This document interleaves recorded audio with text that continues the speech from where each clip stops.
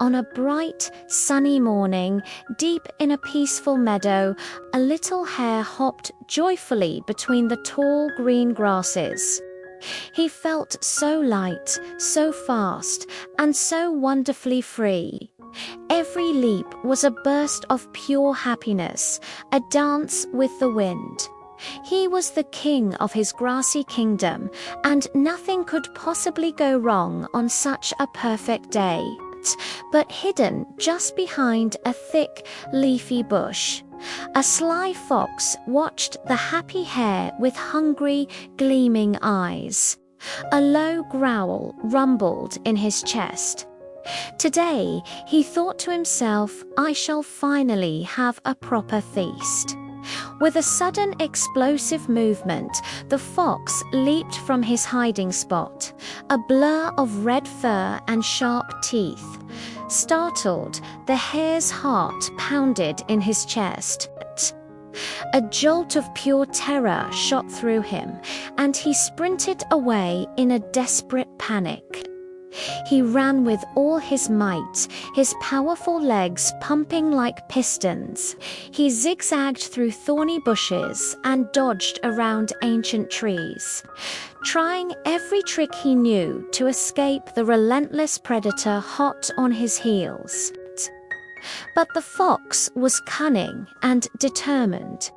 With every step, with every bound, he closed the distance between them. The hare could hear the fox's heavy breathing, feel the ground tremble with his pursuit. Finally, the hare's lungs burned, and his legs grew heavy as lead. Exhaustion washed over him, and with one last, clumsy step, he stumbled and fell. In an instant, the fox was upon him, seizing him by the leg and pinning him firmly to the soft earth. The hare trembled, looking up at the fox with wide, pleading eyes. "Please," he whispered, his voice barely audible, "please, let me go." The fox simply shook his head. "I'm hungry," he replied flatly. "I cannot." Just then, on a branch of a nearby tree, a little sparrow had been watching the entire chase unfold. But instead of feeling any sympathy for the poor, captured hare, he chirped with amusement and then burst out laughing. "Ha!" he sang out, his voice dripping with scorn. "Some fast runner you are, caught like a complete fool. You always bragged about your speed, but just look at you now, trapped and helpless." The hare looked up at the sparrow, his heart breaking. He was wounded not only by the fox's sharp teeth, but by the sparrow's even sharper, crueler words. The fox's ears twitched at the sound of the mocking chirps. He slowly turned his head, his gaze shifting from the hare to the bird on the branch. "Oh," he said, a dangerous glint in his eye. "It seems someone else wants to be the center of attention."